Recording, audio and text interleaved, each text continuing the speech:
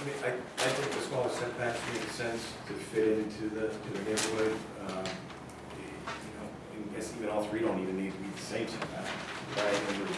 Yeah. And, you know, after discussion, I think the less pavement's better, and if there's more green space in the rear, that's my opinion. I agree with the smaller setback or the, smaller or no setback. I don't know,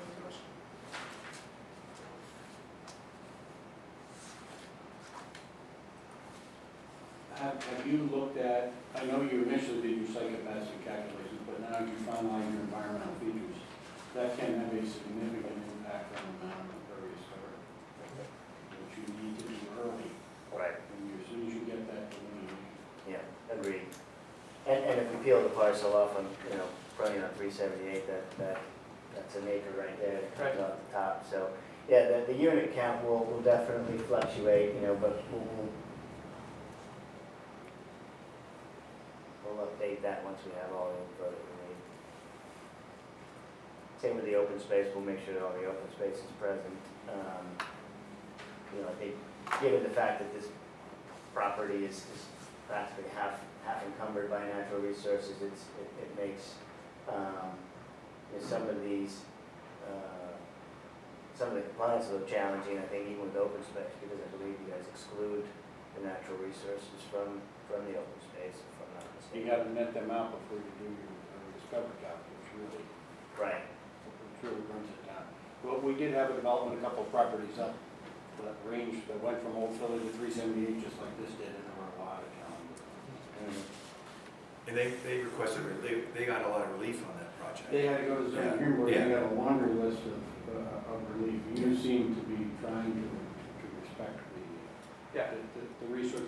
Theirs is a little different because of the way the properties went, and they had to get back into the back. So I'm not saying they did anything wrong, but it was a different layout. So the note on here says possible underground stormwater management. Is there another, I don't see another option here. No, again, we're so hemmed in by the environmental constraints.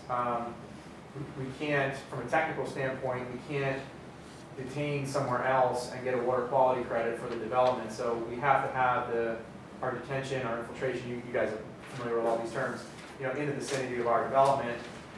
There's a very limited area to the left of the plan, which would be to the south, and then between the wetlands and Old Philadelphia Pike, that's really our open space area, right?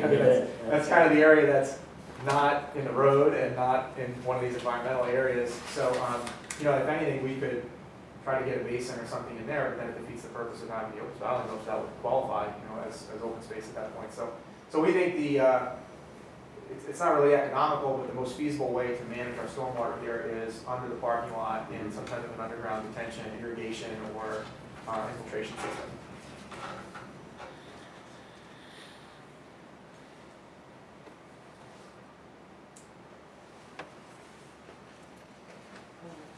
No other comments, I guess that's about the best we can do right now. That's fantastic. No, that's Yeah, great feedback. I really appreciate it.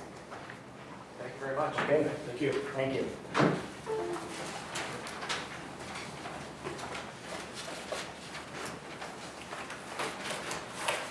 Okay, next on the agenda are zoning ordinance amendments. Let's talk about that. I think I can talk about it, Brian can jump in.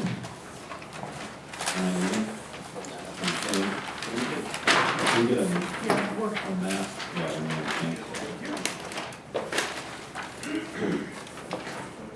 so you have two proposed ordinances in front of you that make zoning map and some text revisions. Both of these ordinances, basically the genesis of them was the comprehensive plan that was revised about 1.5 years ago, that suggested that some of the areas in the township may be suitable for what you're going to see on these maps. So the first map you see is the Route 412 area south of Hellertown Borough. And this first map, currently in the township zoning ordinance, there's a GB1 zoning district and there's a GB2 zoning district. There are some differences at the moment between the two, but when the zoning officer, engineer, myself, the township staff, manager, looked at it, we kind of couldn't really come up with a reason why we shouldn't just have one general business district. So what you see on this map here is just the existing GB1 and GB2 in that south of Hellertown Borough on 412, changing to GB. So there's no different parcels on this map that are changed, it's just GB1 and GB2 going to GB. And the text portion of this ordinance also eliminates the GB1 and GB2 districts and basically combines them into GB. So if this ordinance passes, there will be just a general business district with regulations for all general business type uses. So we're not eliminating any uses, we're just No. combining everything? Just combining them, yep. So if you go to the next map for me, please, Jim. Now, this map then shows what it looks like if the ordinance is adopted. So the area outlined in red with the white interior is what is now GB1 and GB2. It would be GB. Okay, can you go to 3, please?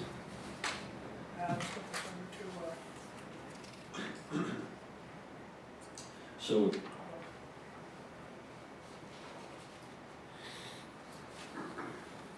yeah, I think that one, right there. Wait. So this is the Route 378 area, and again, the changes here are combining GB1 and GB2 into GB.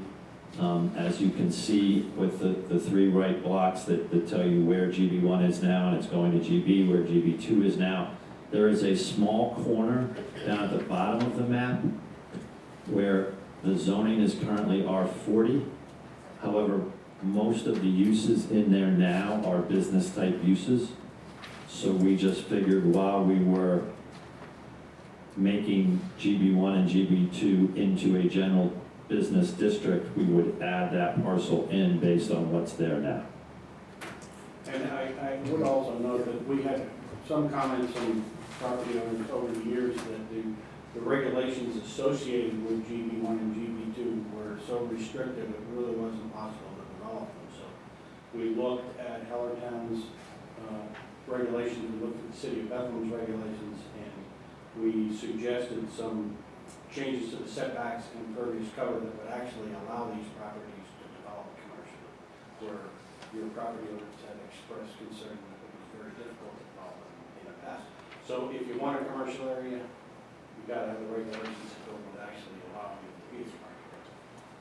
Yeah, and some of these comments also came from a couple of years ago when we had the Economic Development Committee and the idea of trying to, develop and or redevelop this corridor kind of with commercial uses that make sense. Because if you drive up and down it now, there's kind of a hodgepodge of different stuff. So creating this one GB district and then creating some new regulations so that actual things could be done with them was part of the economic development concept.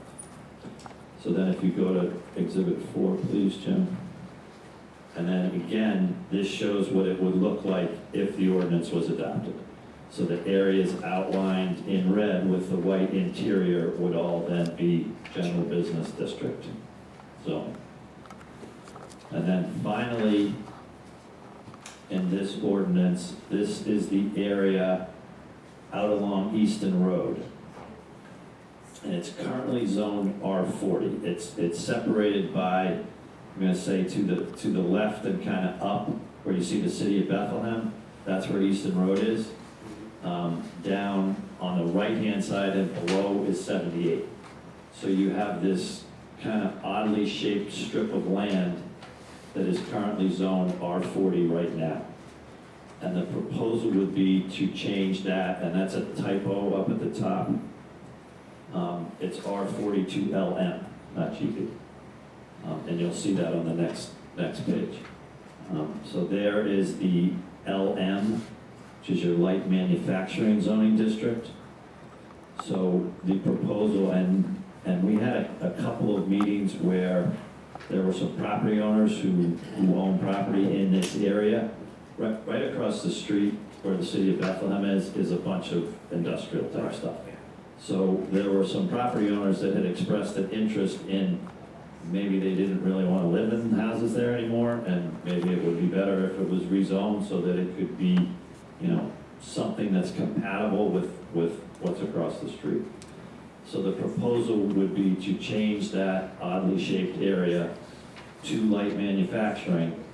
And in the text portion of this ordinance, we also took some of the general business uses and added them into LM so that there was more of a flexibility as to what you could do with LM. So if you kind of look at the hierarchy of the zoning, you know, after your general business comes your light manufacturing, then comes your industrial. And we thought that it would make some sense to kind of promote, again, the economic development idea if we put some of the GB uses and allowed them in the LM district, because there's really no reason why you wouldn't want to have some GB uses in that district. There's no reason to not have them there. So that's the proposal that you see in front of you for the first ordinance, which is 2023-01. In this area that you now have marked as LM, are there existing homes in there? There are existing homes, yes. So what stops somebody, if this gets rezoned, what stops somebody from putting a warehouse next to an existing home there? Well, I think the lot size that's required for a warehouse, I mean, you would, and, you know, at some prior council meetings, we have had property owners and someone who was trying to buy all the properties from the property owners to combine them all together to create a cohesive looking development. So, you know, I don't see a lot on there that's big enough by itself to support something like that. Yeah, Jeff, the property owners have been quite vocal over the years. They really got screwed by the city of Bethlehem. No, I They built understand. the warehouses there and the truck traffic. Most of them have at least verbal offers for over appraised value for their properties. You can see, none of them came here tonight, and they used to come to council meetings. It's my general opinion from talking to a lot of these people and hearing from them over the years that the residents are for this. Okay. In I'm just general, playing I would devil's say advocate. everyone, but they're, you know, and so so your concern, I think, what was there, like 29, 30 houses? I'd say there's probably a home on most of those Yeah, smaller right. lots, yeah. Right. Yeah. Is the ball field out there, is that one of the larger lots? you know? Yeah. It is, yeah, yeah. You can see the one road that comes in right below LM there, that's Mockingbird Hill, and the field is right there. Okay, yeah. Yeah. I mean, I just would hate to change this into like I'm screwing one of those Yeah. homeowners, you know? I know, you know, I just think, not that the scenario you mentioned could happen, but I think it's fairly unlikely from what I've heard from those residents out there. Most of them want out. The property value has been really depreciated. Devalued by the Yeah, warehouse, yeah. the city of Bethlehem did care about them when they allowed all this to go on. So rezoning increases the property value, gives them the option to sell, but if anybody wants to stay there, it's kind of pushing them out, because you're not even having it across the street and next door. Yeah, I mean, it's not, obviously, it's not a simple decision. I mean, you leave it like it is what it is. Houses, and can't sell it for anything else. You change it, there's the possibility that, yeah, there could be one or two property owners there who don't want to sell, and are gonna be living there, but, you know, that's one of the difficult decisions that the township needs to make. Does anybody One from the way or public, the other. anybody from the public live in this area that's going to be rezoned? No, I don't, but I have a question. If you change their zoning, will that Can actually you state your change? name, please, for the record? I'm sorry. come to the. And come to the microphone. Okay, sorry about that. I was just listening, I have a question. Ginger Petrie, 2626 Remington Road.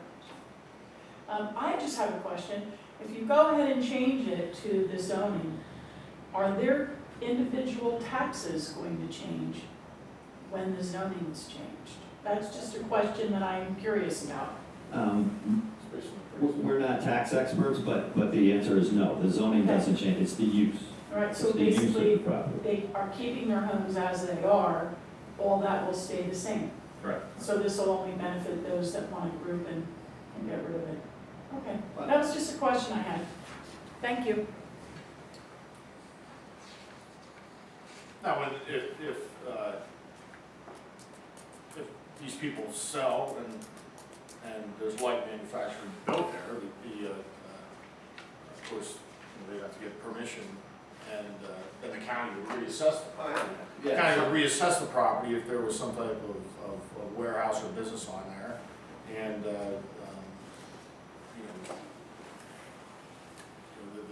the tax revenue to the township, the school district, and the county could go up at a reassessed value, higher value.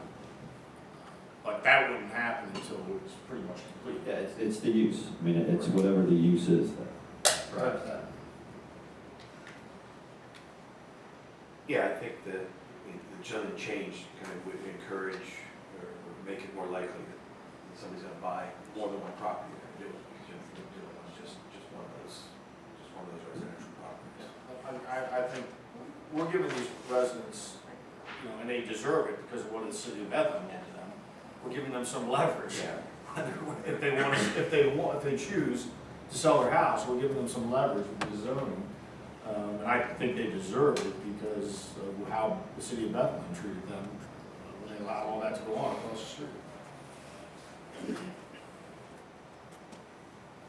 I think there'll be like one or two people that'll probably not be happy with this move. If, foreseeing that everything's gonna be changing, but it does raise their property values, it does give them an option to sell and find something else. Yeah, options they don't have currently. Yeah. And you may be right, there may be a couple residents that aren't happy with this, but I'll just tell you from someone that has to attend a lot of public meetings, council, planning, EAC, they don't show up at meetings saying they're unhappy about this. I mean, this has been, we first talked about this in council when, in December? Well, this rezoning was discussed back in November and December, but the people coming to the meetings has been 2 years ago. Yeah. But people were coming to the meetings for the rezone. Correct, correct. I don't recall anybody coming to a meeting and being upset about it. Okay. That doesn't mean they're not out there, I'm just saying they don't come. No, I understand. And when we had the public hearing on both of these proposed amendments is scheduled for March 22nd. All of these property owners got notice in the mail, Okay. saying, with the map, showing, here's where you are now, here's what the proposal is. So, I mean, there will be an opportunity, and I think Jim can tell us that some people have called already asking questions, so. Okay. What are the nature of those calls? The majority of it was over on the 412 corridor, but I did field a few calls from here, and the people that I spoke to were for it.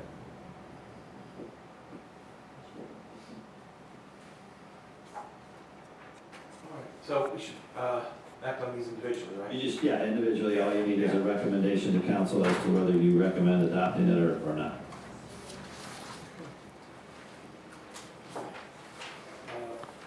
Somebody want to make that motion? I'll make it first. Okay. Are we making two motions here? No, we'll do this one first, and then we'll talk about the next one. So this is, Oz makes a motion for recommending approval of ordinance number 2023-01. I'll second. All in favor? Or any discussion? No discussion? All in favor? Aye.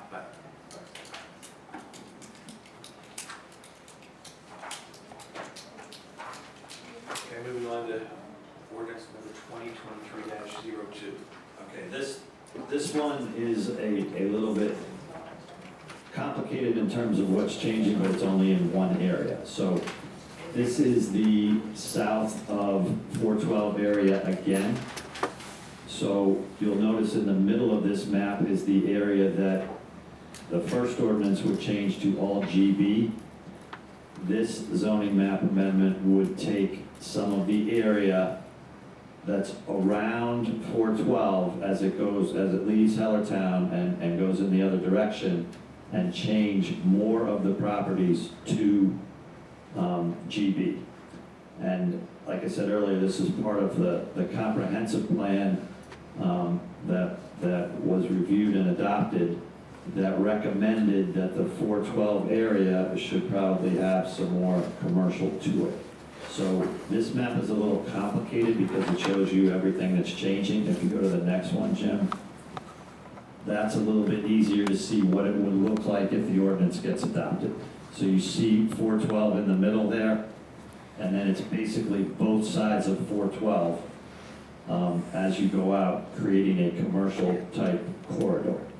And that area of R12 that you see at the top with the red cross hatching, that was our mobile home park district. But as we went through this and looked at the zoning around it, we decided that we really don't need the mobile home park district anymore. That can be R12, which is just like the area to the right of it and next to it. So as you can tell, it creates this commercial corridor as you come out of Hellertown on 412 on basically both sides of the street until you get out kind of to the end of Reading Drive.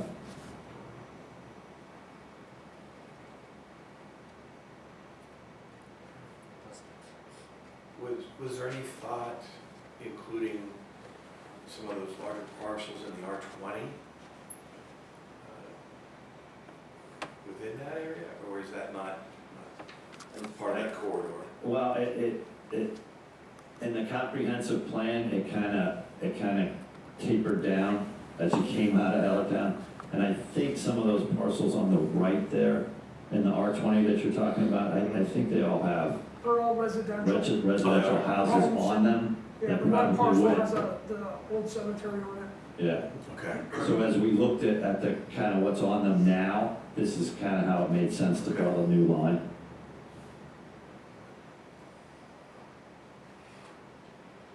The MH area, there's no mobile homes on there now? There's, go ahead, Jim. Yeah, there's a few mobile homes, but mobile homes are still considered single-family dwellings. It was organized back in the day for the mobile home park, and we don't have parks, so a lot of them have been converted over to single-family dwellings. Do we have, So is there's that no our, change for that? No, the one thing that Brian called me today and we discussed was we might need to make a change the next time we do the zoning ordinance change, and we have some other things that still need to be cleaned up in the zoning ordinance, so it shouldn't be too far down the road. But what we don't want to do is create a non-conforming lot and structure for somebody and penalize them in any way. So we're gonna look at the next staff meeting, maybe next week, I think, we're gonna look at writing some new language so that somebody who's in an existing house today that gets changed to GB, that would become a non-conforming use, but we're gonna allow them to expand that by a certain percentage, maybe 25, 35% by right, so that they're not penalized by anything that happens. Because currently now, any expansion of a non-conforming is a special Right. exception. yeah, it costs money. Right, and you have to go to the zoning hearing board, and that's not fair, and we get that, so the idea would be to create some kind of reasonable number that you can expand your existing house without having to go through any of those steps. Now, is that our only mobile home park district? It is, it's the only place we have MH, but at the R12, the lot size is, They're the same. it's the same lot size. And you don't feel that we're at any kind of risk or any kind of challenge with that? No, because it's the lot size that governs it, what you call it. I mean, you could call it whatever you want, but.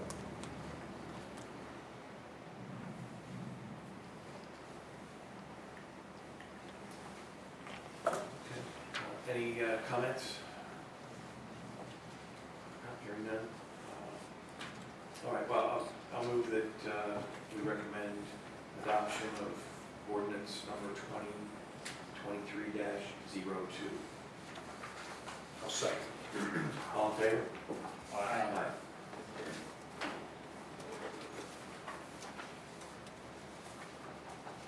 Those are some good changes. Make some good progress there. Okay. Next is approval of the January 26, 2023 meeting minutes. Motion to approve? I'll second that. All in favor? Oh, I second. All in favor? Aye. Okay, and next is discussion of meeting procedures. Yeah, so, you know, I asked for this to be on. We don't really have any formal meeting procedures. The council, we do. We have a 3-minute public comment. You know, all of us volunteer our time, myself included. I don't take any money for serving on council or serving on planning. And I think this worked excellent at council. 3 minutes is a long time, and it also, it forces people that do want to make a public comment, I've noticed, to kind of write it down, they think about it before they come. I think a lot of times, in years past before we had this rule, people would come and kind of just wing it, whereas, you know, they prioritize what they want to say, they say it in a concise way. And it's not a hard 3 minutes at council. It's, you get 3 minutes, and then the president of council, or if we decide to adopt a 3-minute rule, the chair, Craig, can grant an additional 2 minutes on his own, in his own judgment, if you deem that the person at the podium needs to be heard for another 2 minutes. That gets the person 5 minutes. After 5 minutes, and correct me if I'm not saying this, after 5 minutes, if the individual still requests more time, at council meetings, the whole council can vote to grant the person more time, another 2 minutes, 3 minutes, 5 minutes, whatever council votes for. Majority of council votes to grant them additional time after the 5 minutes, they have the additional time. If the majority votes against it, then it ends at 5 minutes. So I would like us to adopt a similar rule. You know, it's not, you know, hard and fast. There are exceptions, and it certainly doesn't apply to anybody presenting anything to us. This is just a public comment, and you know, I think, like I said, I think it's worked at council level because the individuals that come and speak are prepared. They're prepared to speak, and they're prepared to speak in 3 minutes, and they get their points across concisely, efficiently, and they're heard. So that's my only thing is I'm presenting it. If you guys would like to adopt that rule, you know, that's my recommendation. But if you don't, that's fine too. I'm for it. I mean, we're not trying to shut anybody down. If somebody's making a valid point and we want them to continue because we need to hear it, Exactly. that's fine. Craig can grant an additional 2 minutes without discussion amongst us. And then after 5 minutes, then it has to go to a vote. And the vote will be for a time. We extend it for 2 minutes, 3 minutes, 10 minutes, whatever. I think it's reasonable. And a link, this is what council does, and it passes a constitutional muster as our Pennsylvania and U.S. Constitution. No, it's perfectly fine under the Sunshine Act. I mean, there are a lot of municipalities that have a 3-minute rule. There are some that don't, but there are a lot that do. And if you vote to do it, you can certainly vote to do it and implement it at your next meeting. And we'll probably bring you some kind of resolution for you to adopt as a planning commission, saying that this is what you want to do. If you don't know. Can I ask a question? Obviously, nobody likes to stay any longer than they have to. But if somebody is presenting their point of view to the chairman, and if they're taking longer time, can the chairman kind of try to tell them, hey, can we wrap it up? Can we just move on? Can somebody else come out? What's the Just- 3-minute rule? Just, no, I mean, without the 3 minutes rule, just, I mean, if we don't implement the 3 minutes rule, Oh, the issue, the concern is somebody could come up and be, taking the good old time and, you know, maybe not focused on the topic that the 3 minutes will force them to. My question is, what if we stay without the 3 minutes rule? And if somebody is expressing their opinion and we find out that it's 5 minutes to do at that moment, or 6 minutes, or 10 minutes to do at that moment, tell them, okay, we need to move on. Well, I mean, the last meeting, which, I know you weren't at, we had an attorney who wasn't a resident that thought he deserved more than 3 minutes, and thought he deserved unlimited, and some other residents as well, where, we did have to. Yeah, trust me, I understand, and when there's a controversial topic and people are coming to express their opinion, you could be here till midnight and you may not finish your business. The only concern that I have is if somebody, when I've heard it from people and residents kind of, when council passed it, kind of there was a little bit of negative reaction, and you could understand it, if somebody wants to come in and express their opinion, that's the only forum that they have. I mean, could we make it longer than 3 minutes? Could we, and that's why I'm asking, can the chairman, if somebody goes up over 5 minutes? Well, he can grab more time, so if there's a 3-minute rule, he can grab 2 more minutes, and then any more time would go to a quick vote. And if everybody feels like there's something that needs to be discussed and keep being discussed, then we'd all vote on that.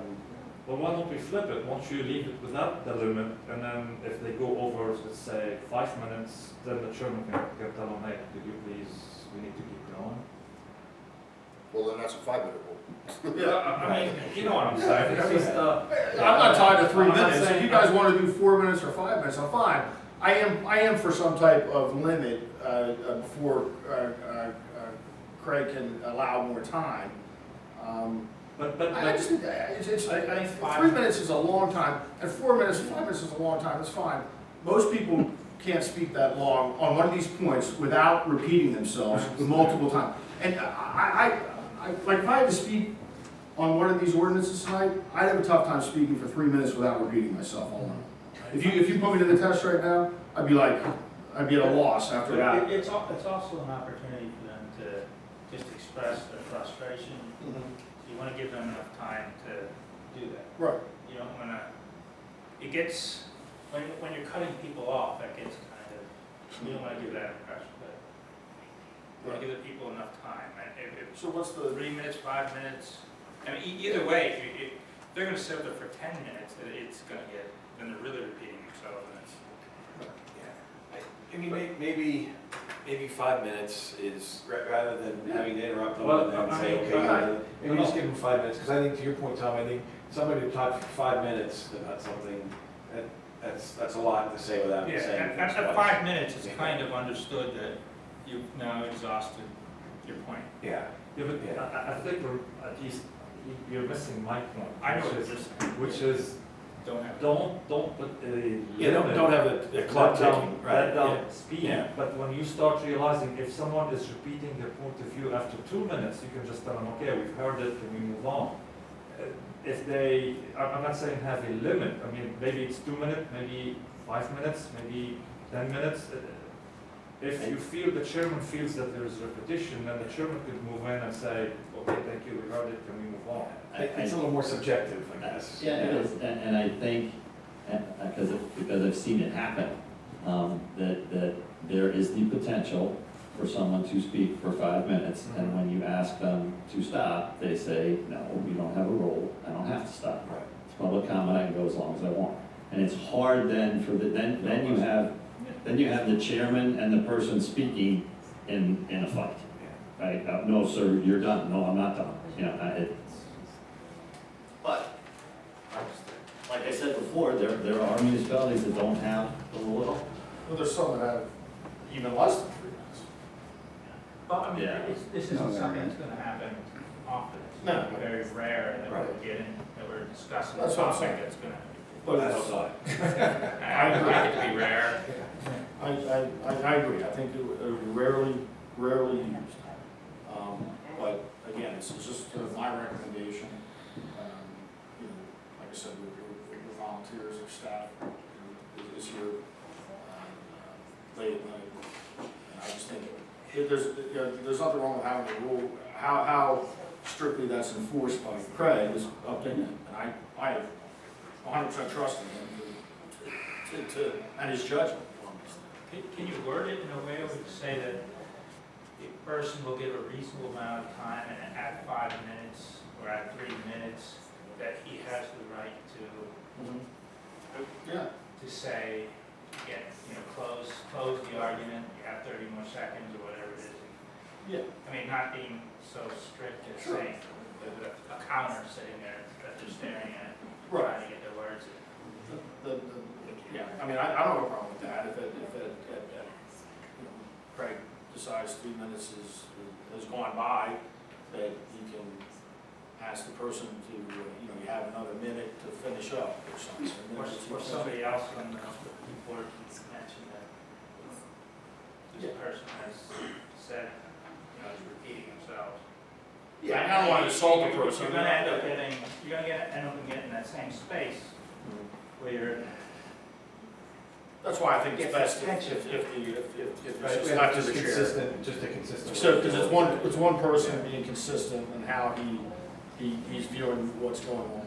And yeah, I could be worded like that, like the 3 minute mark would be a recommended from the chair about how much time, another, can you please wrap it up in another minute or two? That gets you to the 5 minutes anyway. I think it might be easier maybe for the public to deal with if we had the same policies that council had. Then they're just dealing with the same way that council. I agree. I know different rules for different organizations. And it does allow for extended time. If the person has a lot of points to make, it allows for 5 minutes, which is a lot of time. And then by council vote, it allows for basically unlimited. I mean, the council would say, yeah, we'll give them another 10 minutes. So. All right, number one, do we think that we need some type of policy in place? No. I don't have a problem with it, honestly. I don't have a problem with 3 minute rule, the 2 minute extension, and the vote for more time. Problem is, you don't need a policy in place until you need a policy in place. That's right. No, that's. Then you need a policy in place. Yeah, and we've already gone through that, so. If there's a constructive conversation going on, everybody wants to hear that, so. Council Why can will vote. absolutely grant more time. It's not a hard stop. Yeah. I will admit, at the last meeting, I wasn't the best at keeping the 3 minutes. So, if somebody was saying, had something valid, making a good point, I will let them continue. Sure. So, yeah. Well, and up to 5 minutes. Yeah, right. And that- Yeah, it's not something that you're enforcing every time, it's just something if there's a certain situation where somebody's trying to get up and filibuster at a time, Yeah, exactly. there's a rule in place that says you can do that. It doesn't matter to me either way. It's called a rule of policy, it's just a meeting procedure. It's just a procedure of our meetings, that there are going to be some time constraints if necessary, There will be some time. It also allows other people, if we do a meeting where 40 or 50 people show up like last time, if someone gets up in the beginning and talks for 20 minutes, there's people waiting that want to get their frustrations off, Haas, to your point.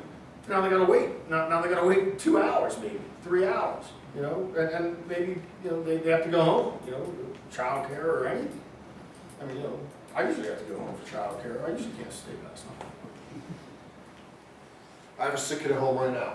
So you're starting to repeat yourself. You cut me off, cut me off. We're over Cut me your off, Chairman. We're over your 3 minutes. I'm glad this is all on video. Cut me off, Chairman. All right, I'll make a recommendation with the same rule as council, and let's see how it goes. We can always revise it if we have to, but it just it's in the interest of having a policy in place. Council goes for 3 minutes, that 1 additional minute, and then No. 2 minutes, and then 3 minutes, 2 additional minutes by our council president, but in this case it would be our chair, Greg, and then additional time by vote. by vote of the majority of council for whatever time limit they then want to put on. Another 3 minutes, another 5 minutes, another 10 minutes, whatever. That's undefined, but they can do whatever the motion is. yeah, I think if we do it, I think it's best to be consistent, so people know what to do. All right, well, I'll make that recommendation. Motion. Is there a second? I'll second. All in favor? What, no public comment on this one? No. Okay, I'm sorry, No public comment on this one before you decide what to Sure, do? go ahead. You have 3 minutes.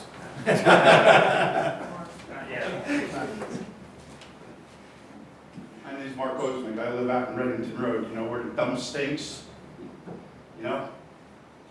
Anyway, I think Mr. Treadwell got his information mistaken because Bethlehem, Easton, whoever else, they'll learn the 5-minute rule, not 3 minutes. You're wrong. I was there. I spoke.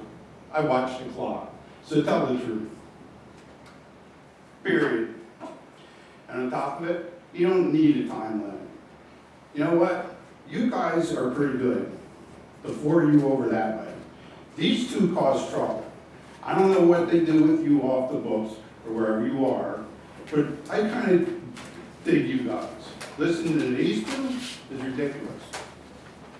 And he spent more time trying to get you to adopt a 3-minute rule that probably took 15 minutes.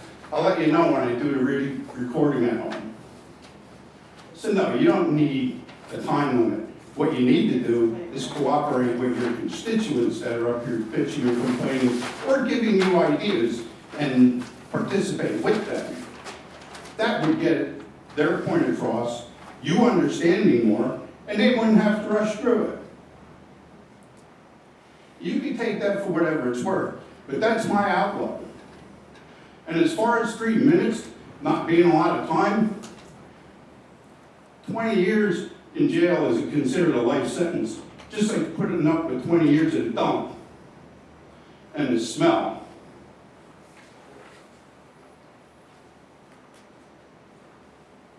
You don't get it, do you? But you want to keep control on everybody else. That's your 3-minute rule. You do anything, you do like every other township around here and make it 5. Easton granted her 5, up to 20 minutes they listened to her last night. Bethlehem granted other people the same thing when we were at their council meeting the other night. They're not a bunch of douchebag dickheads. They listen and they care.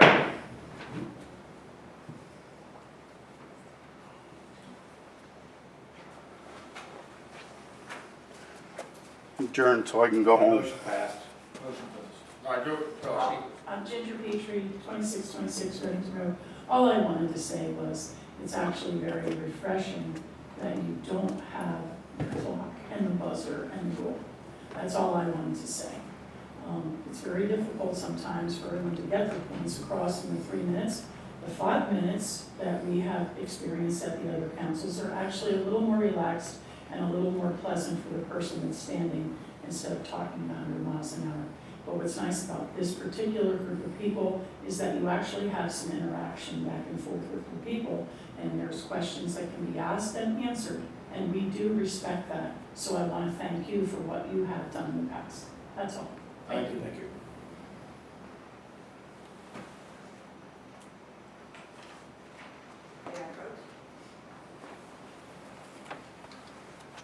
Actually, I'm going to speak about your 3-minute rule, although I do not agree with it. I was on our school board. State your name, please. My name is Janie Hecker, I'm at 1425 Colesville Road.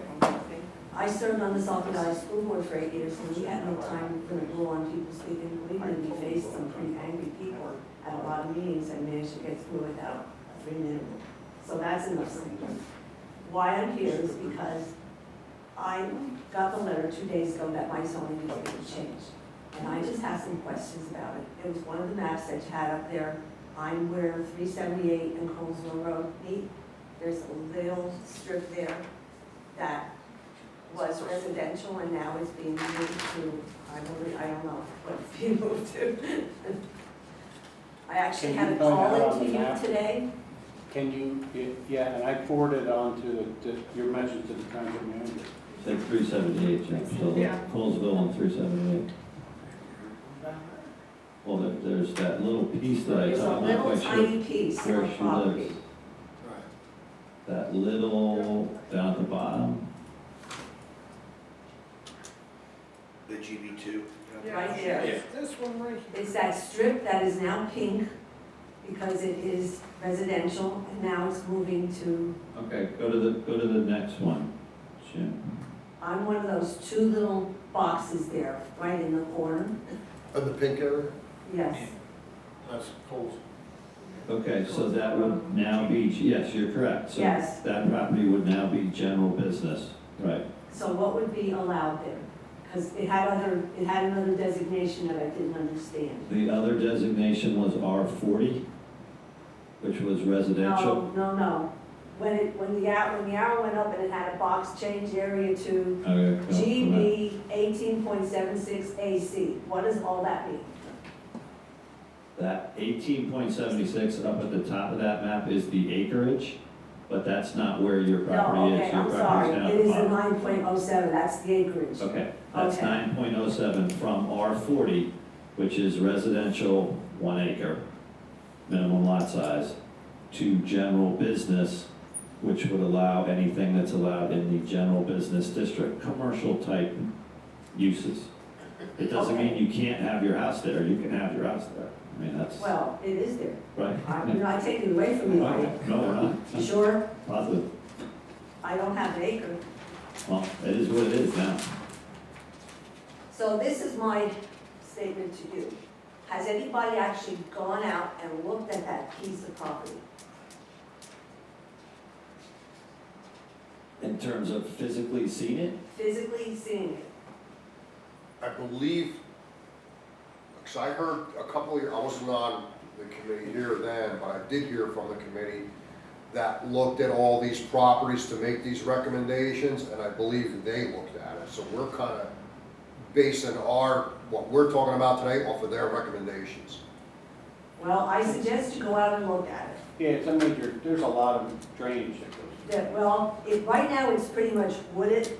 I mean, I'd love to have it stay that way because I think we don't have enough of our wooded area. We're losing it. We lost all that that's in Upper Saucon. We lost all that property down below. It's now all housing. There's some woods, but not a lot.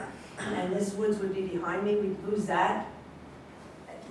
It's not a big deal. I don't honestly know how many businesses you could fit within that particular area you're moving. I mean, there was a business there on 378 in a smaller building. So you probably could put some along there, but I don't know how much and how far you want to go back.